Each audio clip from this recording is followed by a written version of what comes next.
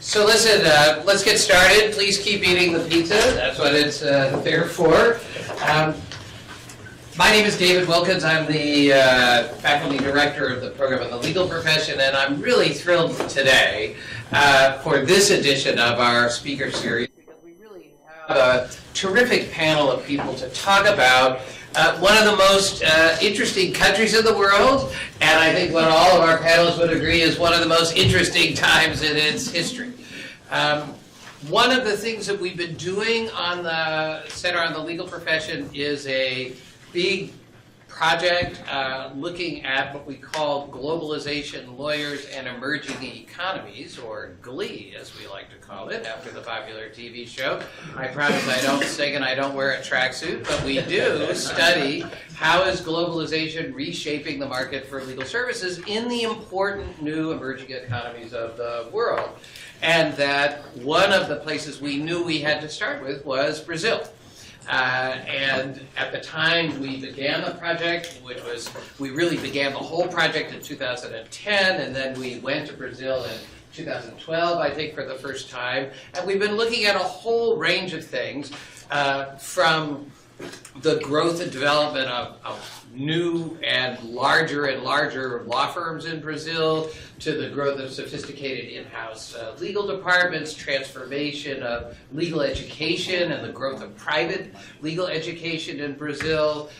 We've been looking at the development of pro bono as a kind of concept among Brazilian lawyers. We looked at the regulation of the legal profession, a whole range of issues. We worked in partnership with professors from FGV Law School mostly in Sao Paulo, although a couple of members in Rio as well as some of the other leading academics. And we got all the way to the end thinking that we had really understood this very complex, interesting, diverse country, and then things started to change. So in the last 2 years, as most of you know, Brazil has really undergone what would be, by any accounts, an enormous upheaval in its political structure, in leading businesses, around a corruption investigation that I know that our panelists here will talk about. I'll just say this. We invited them here, of course, to talk about what's been happening in Brazil today, but even more to talk about what they see for Brazil in the future. Because I personally have no doubt that not only will Brazil reemerge from these challenging times, but I believe it'll be a stronger and more important country than ever. And in fact, one of the things we were talking about before the panel is just, if you think about all of the high-level people who have been involved in the current scandal, and then say to yourself, but this has all been done mostly without any violence. It's been done by the court system, by the prosecutors who are prosecuting officials at the highest levels of government. They went through an impeachment and then a transfer of power. That was a peaceful transfer of power. That's pretty remarkable when you look at other countries in the world and you look at the ways in which similar kinds of difficulties have been faced. So I'm actually as interested to hear not just about what's happening today, but what each of our panelists think about the future. Just a word about the format. We have 3 terrific panelists, each of whom is going to speak for about 10 or 15 minutes, but then we're very interested in having a dialogue with all of you. Because of the importance of this subject, we're not going to end exactly at 1, but we know that many of you have to leave by 1 or a little bit before, including myself, so I've already apologized to the panelists because I actually have to go teach my own class, which begins at 1 o'clock. But for those of you who are interested in staying longer, the panelists have agreed to stay longer, and even if informally, you can feel free to continue the conversation. and I hope you do, because whether you are Brazilian, and I know we have some Brazilians in the audience or from other countries in Latin America, or you're someone who's just interested in this important part of the world, either for your own career or just understanding how it's developing, I think you will not find a more knowledgeable panel to discuss these issues. So let me introduce you. We're going to first start with Pedro Teixeira, who's the Vice President for Legal Compliance and Sustainability of thyssenkrupp, Latin America's largest steel mill complex, but which is owned by a German group. So he has a very unique look at how to think about what's happening with Brazilian companies, but also multinational companies. He'll then be followed by Gisela Dantas, is a professional with 15 years of legal experience, half of which in the legal department of the Federation of Industries of the state of Rio de Janeiro. And this is actually a really unique organization. I actually didn't fully understand it until we had a chance to talk earlier, which is a little bit like here in the US what we would think about the Chamber of Commerce, but much more than that in its kind of political cloud, but also its representativeness of the full range of industries. It's involved in education, it's involved in training. It's a fascinating organization. And finally, my dear friend Bruno Batra, who has helped to organize this and helped us to organize a panel around Brazil last year, or in November last year. He's also invited me to speak in Brazil. I'm actually, I think, the only American who has ever given a keynote address at the Brazilian Bar Association, which I'm very proud of. It was a fascinating experience, at the end of which there was like a huge party that broke out. This doesn't happen at the ABA. But he's got a fascinating career, specializing in public law, is the founding partner of Correia de Melo. I'm going to read it. It's a long name. I won't read it. It's his own law firm and others. But he also works in the public sector. He also works with FGV Law School. So he's really involved in many parts of the legal profession. So you didn't come to here for me. You came to hear from all these terrific people. So Pedro, may I ask you to lead off?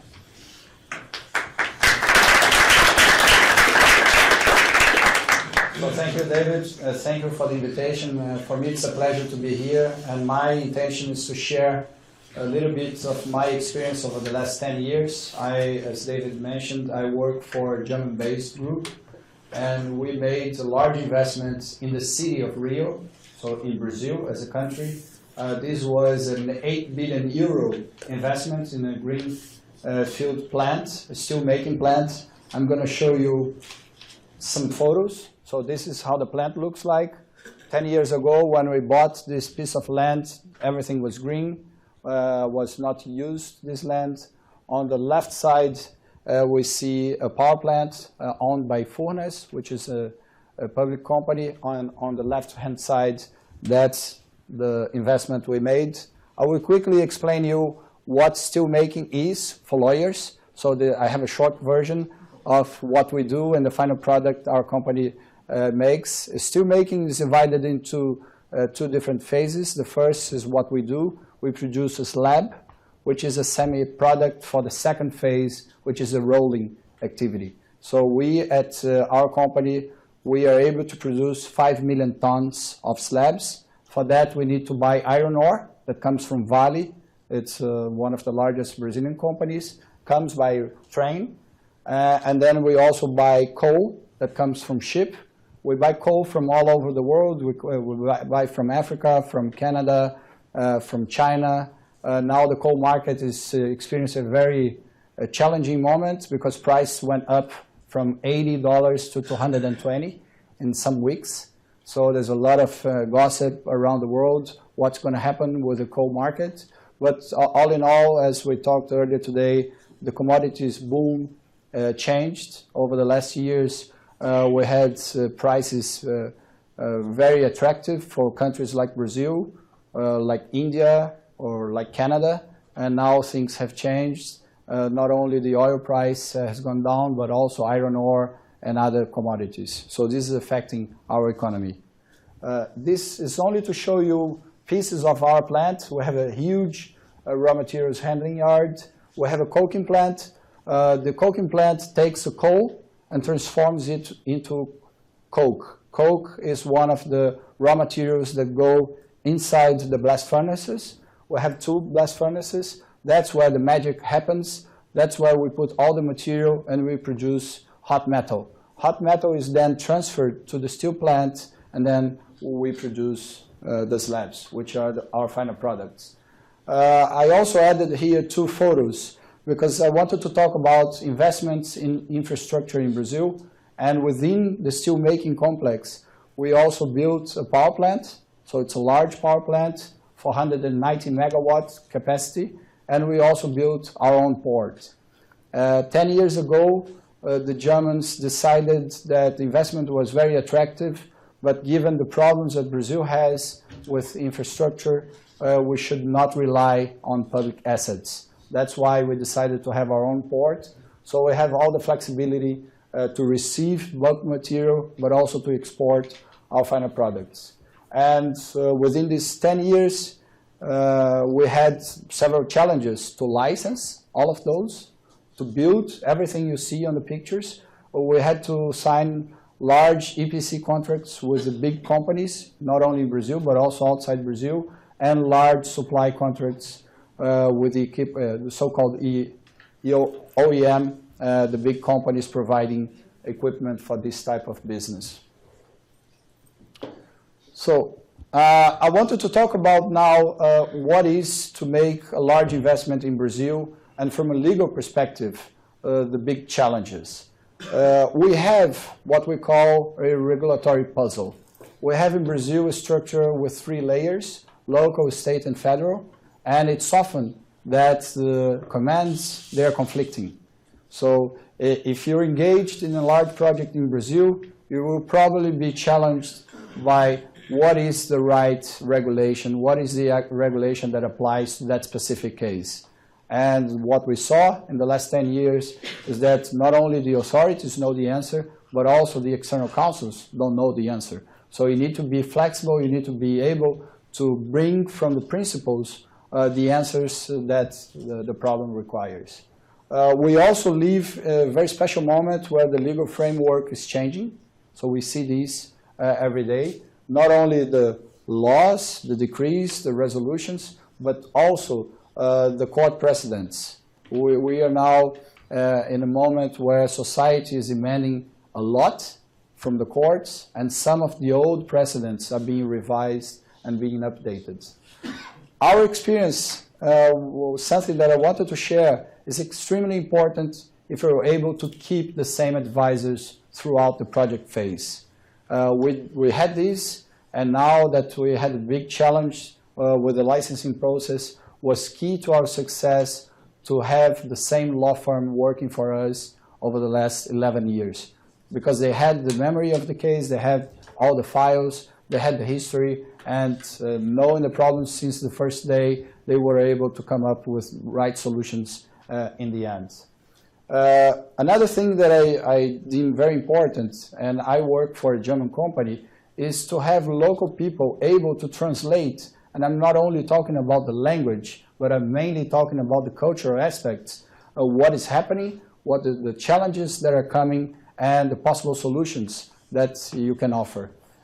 Every time you have an arbitration, you have a litigation, or you have a cross-end, then you need to be able to come to the shareholder who is not Brazilian, who is not familiarized with that type of problem, so that you can convince him that this is the best route to take. This is something that we, given the differences between the Brazilian system and the European system, we saw as a major challenge. And currently Brazil is seen as a very litigious country. I know that here in the US it might sound strange to say that, but for our standards, what we see is a festival of injunctions. Almost every day you have one injunction to one side, and then the following day the injunction has been reverted to the complete opposite side by the same judge.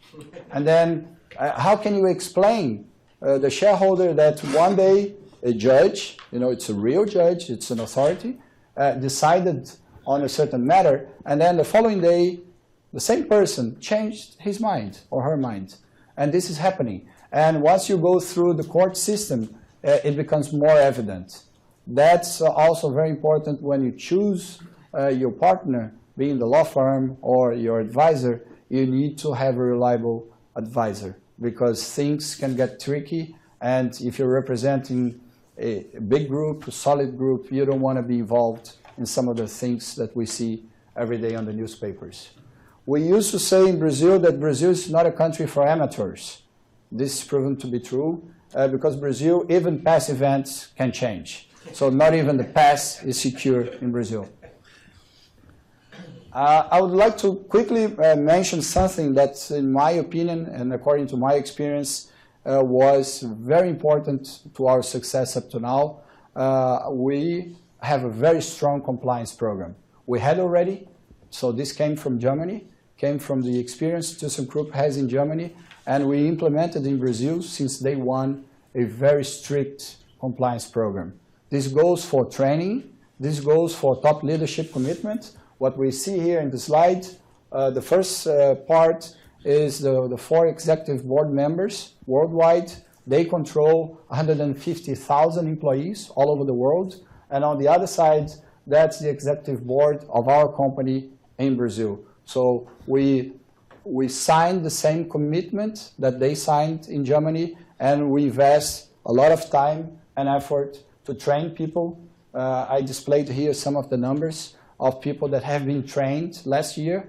And we are now doing something that we call to reach the lower levels of the organization, because in our company we have almost 4,000 direct employees, so own employees, and we want to reach each one of them.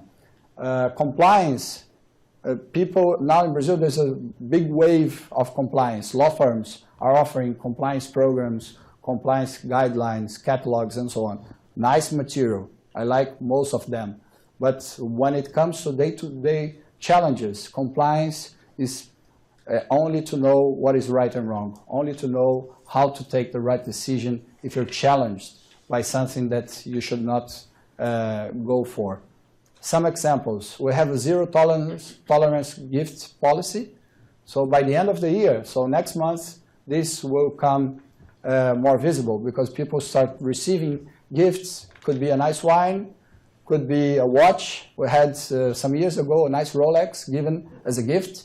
And then the guy who received the watch, he came to us in the compliance department and he said, I think I should not accept that. I said, well, this is a good start. Then he gave us a watch.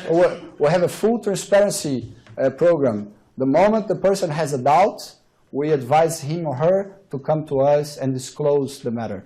Once the person does that, he's already off the hook. He's already out of the risky zone. But it requires a lot of time, a lot of effort, because people do take wrong decisions every day. And what we want to do is first to educate our people, and second to protect them.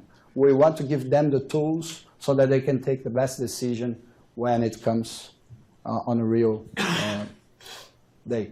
And finally, on compliance, we have a 3-line defense program where we have management controls, we identify the risks, we have a lot of trainings and compliance guidelines, we invest a lot of time with our people, and then in the end we have the audits. And some of the people, unfortunately, they were caught by audits and they are no longer working for us. And we even have one case where the company is filing criminal charges against a former employee because we found strong evidence that he was being bribed by a supplier. So this is happening, and the more structured the compliance program is, I would say better protected the company will be for the challenges that our country offers. I'm not going to mention as much now the Lava Jato case, the corruption case. This will be mentioned here by my colleagues, but I would be happy to take any questions afterwards on the connection between the compliance program and the corruption case. As closing remarks, I thought about bringing some ideas for reflection and for us to think about. First one is the legal framework.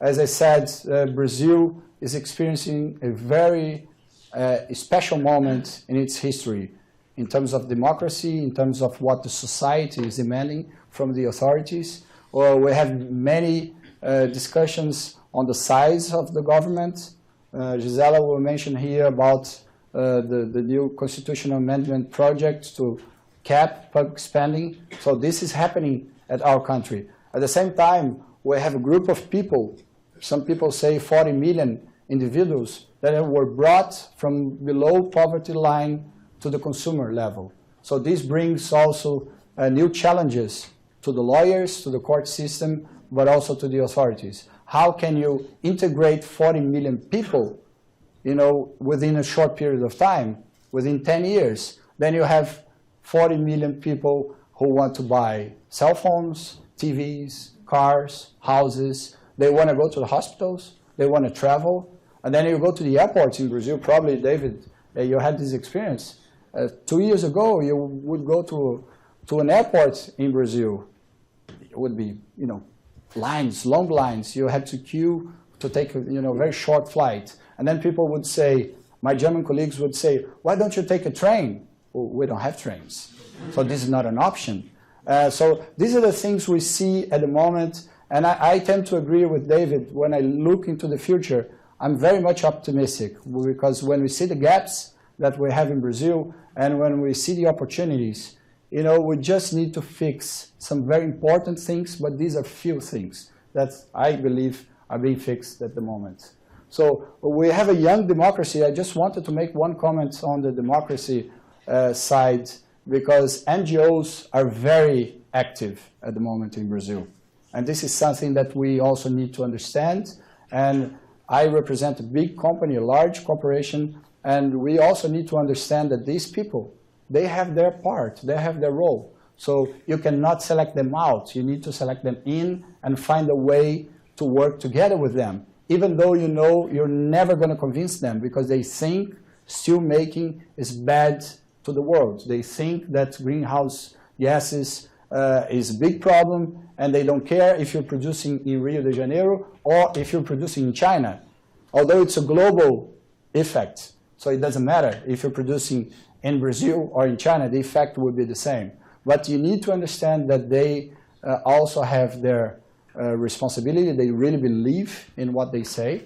And it's tough for us because you want to have a structured meeting, with arguments and logical sequence. But then you get to a moment where you say, I'm not going to convince you. I respect you. I want you to listen to my arguments. But they are there, and you need to live with them. And along with the NGOs, just one side comment on the prosecutors. Prosecutors now in Brazil, they do play a big role. I'm going to end now. They do play a big role, not only on the corruption case, but also in other cases. Last week we had the information that federal prosecutors filed criminal charges against 21 individuals in the Samarco mining disaster. I'm not sure if you're familiar with that. This was a large mining problem that occurred a year ago in Minas Gerais, involving a company called Samarco, which is a JV between BHP and Vale. So last week, 21 individuals have been, are now facing criminal charges because of this disaster. And this is the effect of the prosecutors' work, and they are doing great work. They are not always right, but they are also part of the system. So with that, I will conclude simply saying that as a final remark, I would like to highlight compliance as a very important point, especially for non-Brazilian companies. Because if you want to be out of trouble, you should be based on values, you should be based on codes of conduct. And that's what big companies are doing in Brazil. And in my opinion, the successful ones will be doing that. I remain here available for questions. Thank you.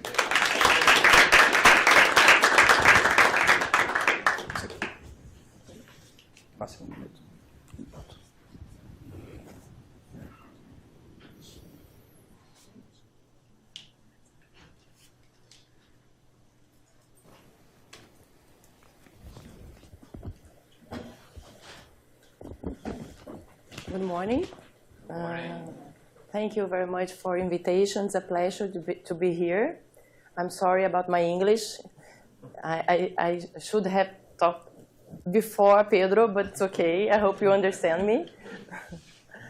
My presentation this afternoon is going to be a brief overview about the current situation in Brazil and its impacts on the legal profession in general and in-house lawyers in particular. My message in brief is that although at the first sight, the current situation is one of severe economic challenge and uncertainty, it's far from being all doom and gloom. And in fact, the challenge that we are facing could well provide opportunities for legal profession, as I will explain later on. As Professor Wilkins told you, I'm the head of legal at FIRJAN, the Federation of Industry of the state of Rio de Janeiro. FIRJAN represents all the industry of the state of Rio de Janeiro, and its mission is to foster a business-friendly environment. Our legal department is somewhat unique in that we provide a full legal service to our client, the Federation, but are also frequently called upon by the government authorities to advise on industry-related issues. So we are frequently provide input into policy decisions. That's why this dual role means that we are frequently at the heart of the economic policy decisions. And based on my recent work, I will sum up the business scenario in Brazil. And I chose it because I think it's, I really believe it in this business scenario. There is a very dark cloud, but it's a silver lining. That's why we are here to talk about the changes that is going on in Brazil. As many of you may know, and I know there are a lot of Brazilians here, Brazil is a wonderful country. But it's definitely not for the faint-hearted. As I told you, our situation now is one of severe economic challenge, and it's tied with a political upheaval. So investors naturally are not happy. But let's look at the bad news first, and then I will come back to that silver lining in a very dark cloud. Well, the huge public debt is a major ongoing problem. Our public spending is extremely high and largely funded by the introduction of new taxations. The standard government response to increasing public expenditure has been to increase taxation. But as you can see from this graph, the Brazilian company, there's no room for more for increasing tax burden. The tax burden on Brazilian company is severe and, in my view, unsustainable.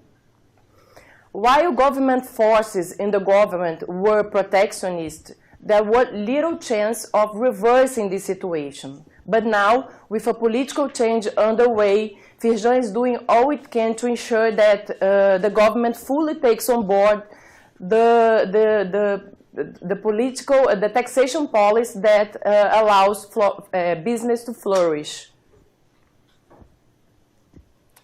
The message that we are trying very hard to get across to the government is that if they increase tax burden any further, tax burden is the blue line. If they increase the tax burden any further, industrial production is bound to decline and tax revenue will therefore fall. So the good news, that silver lining in the very dark cloud, is that 3 weeks ago the government submitted to Congress a draft constitutional amendment establishing a limit on public expenditure. That's a very good news indeed. But another important issue to tackling economic stagnation is labor reform. Our labor code, I don't know if you know, but it was introduced in 1943. It's outdated, inflexible, unnecessary protectionist, and undermines the competitiveness of business, therefore jeopardizing the country's economic growth. there is a clear need to modernize our labor law, reduce the costings of employing workers, and especially expand collective bargaining. Alongside labor reform, Firjan is also advocating broad social security reform. As you can see from this graph, the debt of social security is increasing dramatically. Social security reform and labor reform are a highly unpopular measure, and after many years of protectionist economic policy, they will require considerable political courage. But the good news, again, the silver lining in the cloud, is that the government is listening for the first time after decades and promised to do these two reforms. Recently, the IMF has expressed its support for that policy, that government policy, which in my opinion is reassuring for investors. So, to sum up, what I say to you is that our current scenario nowadays is far from ideal, but it's also nowhere near as bad as the headline suggests. The investor will still need an amount of courage to invest in Brazil, but there are very clear indications of a market shift from protectionism to a more entrepreneurial-oriented outlook. That for industry and commerce, at least, can only be good news. And so what does this emerging scenario mean for a legal profession and in-house lawyer in particular? In my opinion, despite the crisis, or perhaps even because of it, there are many opportunities for lawyers in Brazil. But in my opinion, there are two areas where I see clear signs of expanding work opportunities. Turning first to compliance, as Pedro talked, I won't talk about compliance in details and Brazilian law, anti-corruption law. Bruno is going to talk in details. But what I want to show you is that why I think it's a hot issue in Brazil nowadays. The Brazilian anti-corruption law is quite new. It was introduced in 2013, and it foresees severe penalties for companies involved in corruption. So, but if the company can prove that it has an integrity program as a compliance procedure, it may be considered a mitigating factor. So, virtually every company which is operating in Brazil needs to have mechanism that indicates compliance status of their procedures, activities, and process. And it's particularly true because under the Brazilian law, companies can be held liable for acts performed by their suppliers. So, as you can see, there is a chain reaction, and it's demanding a lot of legal opportunities for lawyers. In addition to that, we had a high profile of corruption scandals, as Operation Car Wash, Operação Lava Jato, and it highlighted the urgent need to companies to have effective compliance procedures. So that's why compliance is now demanding a lot of work for lawyers in Brazil. Another area where I see clear opportunities for lawyers in Brazil is alternative dispute resolutions, ADR.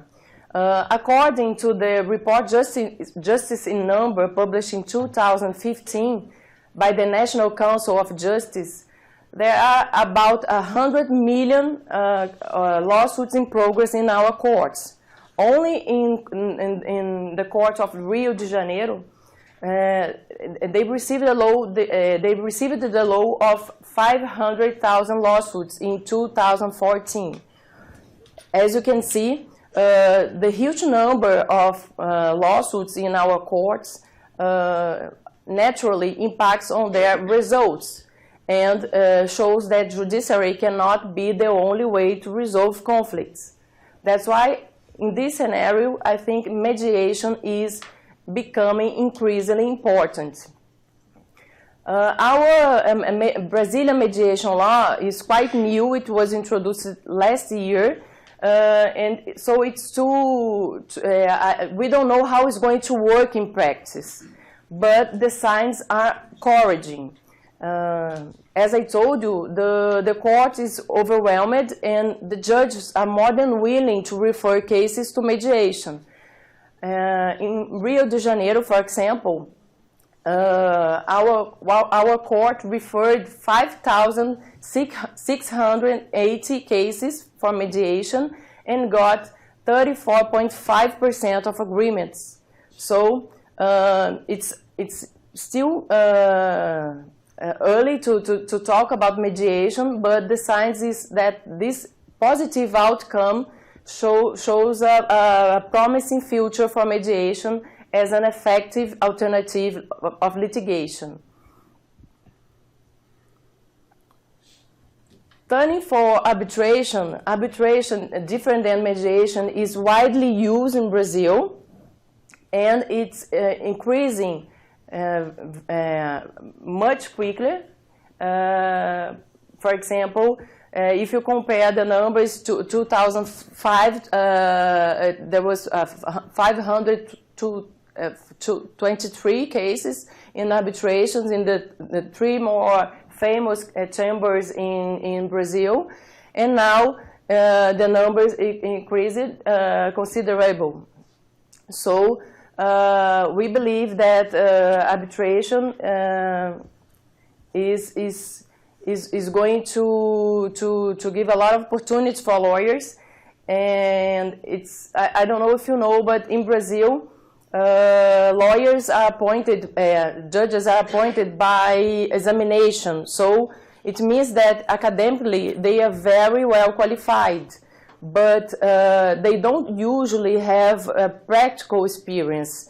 So in my opinion, the key factor in arbitration in Brazil is being able to point specialists in the field to decide complex issues. That's why Firjan created a chamber to offer this alternative dispute resolution for their associates and for industry in Rio de Janeiro.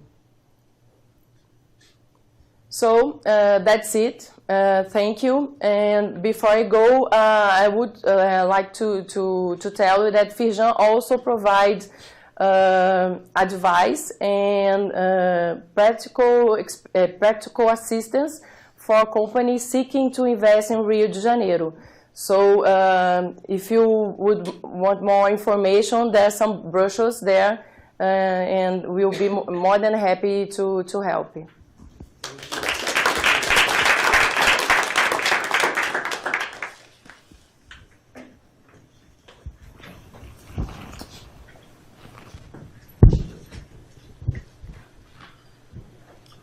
All right, good afternoon. Good afternoon. Thank you, David, my good friends, again for another opportunity here to Harvard Law School. I'm also a former student at the Leadership in Law Firm program, Leadership in Law Firms program. I'm not here to talk about soccer, about Olympics, about World Cup, and so on. I'm here to talk about the anti-corruption law in Brazil. It's not a new law, it's kind of new law, but it's since 2013 we have this anti-corruption law. And before starting my presentation, I just would like to make two comments on presentations of the perfect presentations of Pedro and Gisela. Pedro spoke about if the legislative is not faster to create laws because of the demands of the population. So there is a movement in Brazil that we call the judicialization of politics. So when the legislative power is not faster enough to create laws that society demands, some judges, especially the Supreme Court in Brazil, they start making some decisions that are almost like laws. We had a judicial reform that came with a constitutional amendment in 2004, if I'm not wrong, that created this power of the Supreme Court to not create laws, but to make some decisions, some jurisprudence, some decisions so strong as laws. Just a short comment about that. And Gisela told about the changing of the areas of the law firms because of the crisis. I usually speak in Brazil that lawyers who were used to do M&A, for example, now are dealing with compliance, and so there are a lot of areas changing inside the law firms. And also another fact, another slide of Gisela's presentation is about the IMF.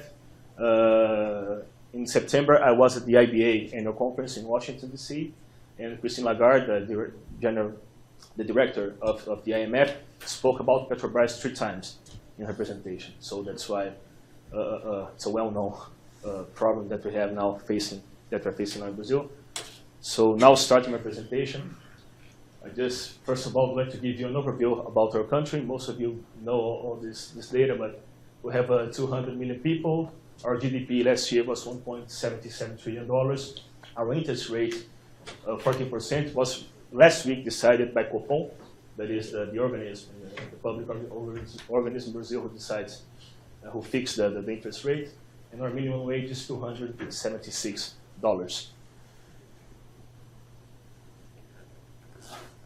Okay. All right. So okay. So the Brazilian legal profession, it's a scenario about our legal profession in Brazil. We have almost 1 million lawyers, not as much as US, but we're getting there. We have 27 state chapters plus the Federal Council of the Brazilian Bar Association. So we have the Federal Council of the Brazilian Bar Association and 27 state chapters. And inside the 27 state chapters have other chapters in the cities. So we have a lot of small Brazilian bar associations. I'm chair of the International Relations Commission of the Brazilian Bar of Rio. So if you need anything in Rio de Janeiro, I'm fully available. And regarding law schools, we have 1,300 law schools in Brazil. The United States have less than 300, if I'm not wrong. David, you can correct me if I'm wrong. But so it's a big difference. And now, starting about the anti-corruption law, first of all, I'd like to show you a timeline of the law enforcement regarding the criminal civil penalties. Of course, we have older laws about criminal and civil penalties, but the most important and the oldest, most important law is our criminal code. That is still our current criminal code. It's from 1940. Then the president's impeachment law. All of you saw our impeachment procedure last month in August and before. This law, this impeachment procedure, is from 1950. And we have also a mayor's impeachment decree from 1967. The federal constitution, that is our current constitution. Now, your constitution has hundreds of years, but our constitution it's a baby.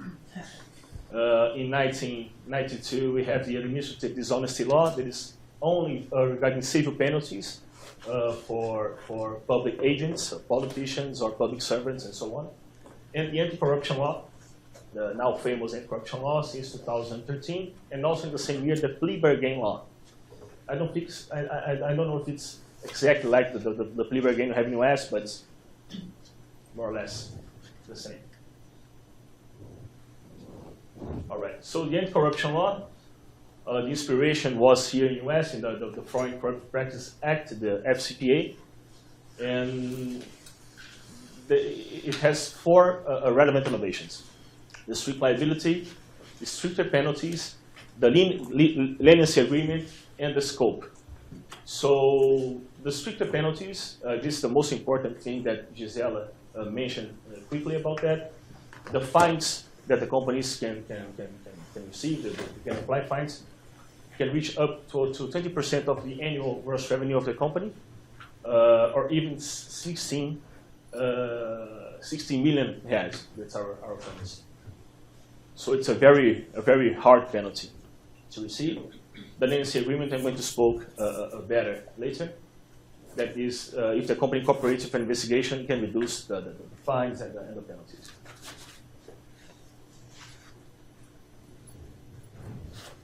So there are 5 corruption acts that the anti-corruption law mentions.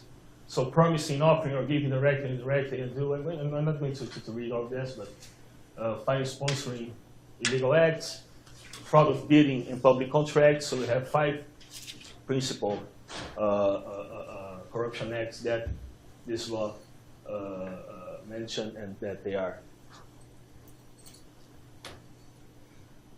practiced by the companies.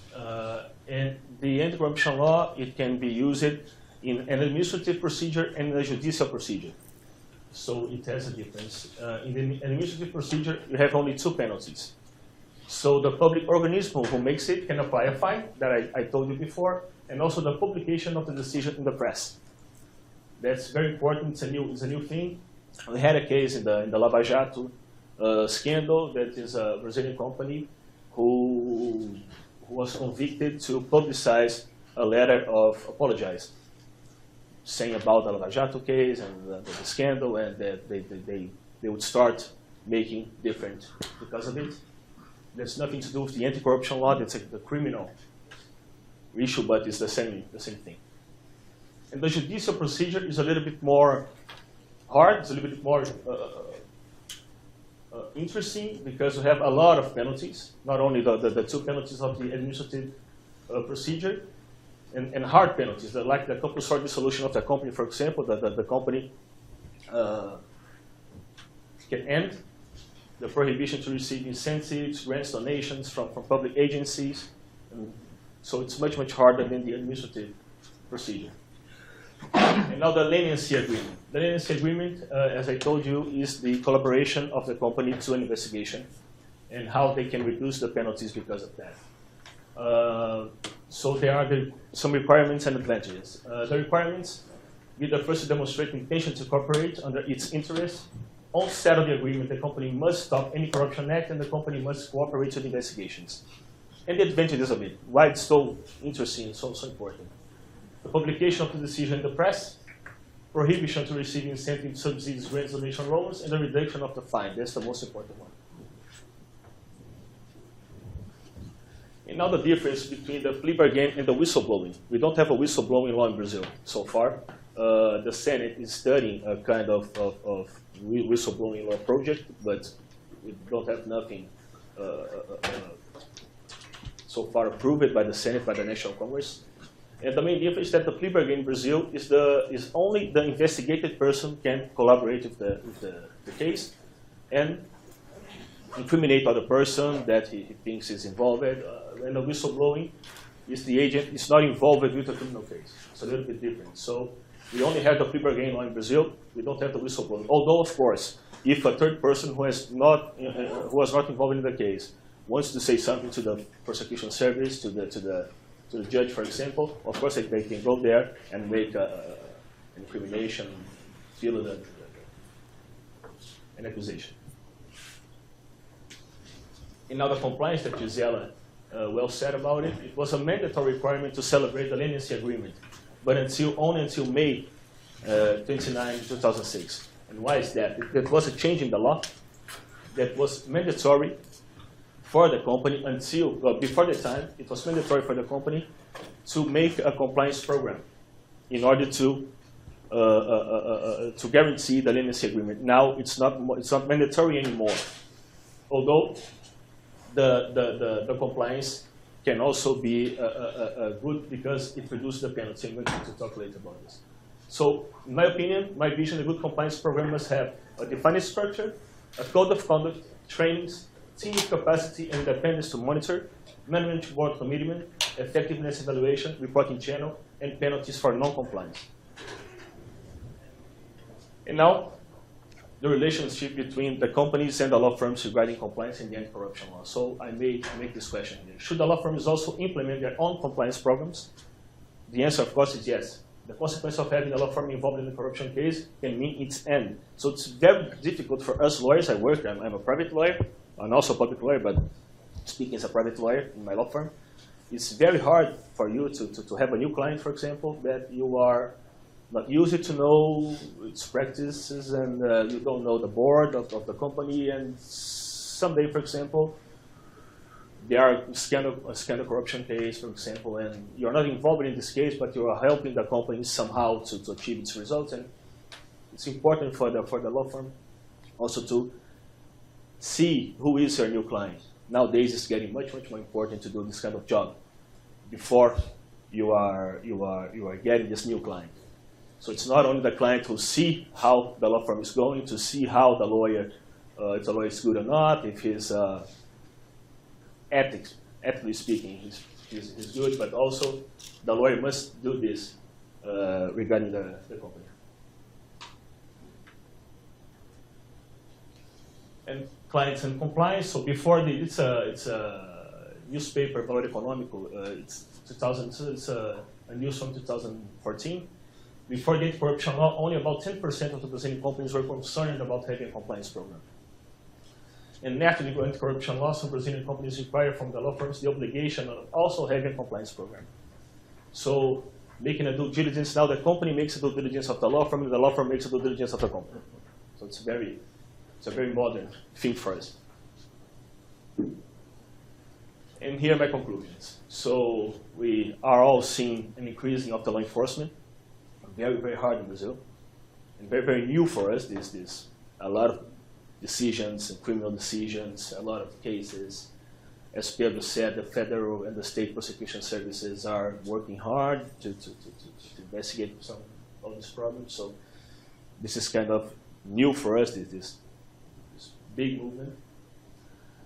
Changing law firms' practices, as I said, some lawyers were used to work with M&A, for example. Now they're changing their practice because we don't have merger and acquisitions anymore in Brazil, not that we're used to have.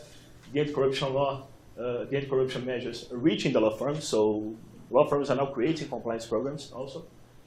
And one thing that I also practice in my law firm, transparency between lawyers and clients is so important. So the board of the company must tell you everything, a client must tell you everything so you can work on a case in the right way. Sometimes the client, especially the criminal ones, they not lie, but not tell all the truth to the lawyer, so it's difficult to defend a guy. So I also mentioned that transparency is the most important thing. And also knowing your client, as I said, you must know your client, make a due diligence.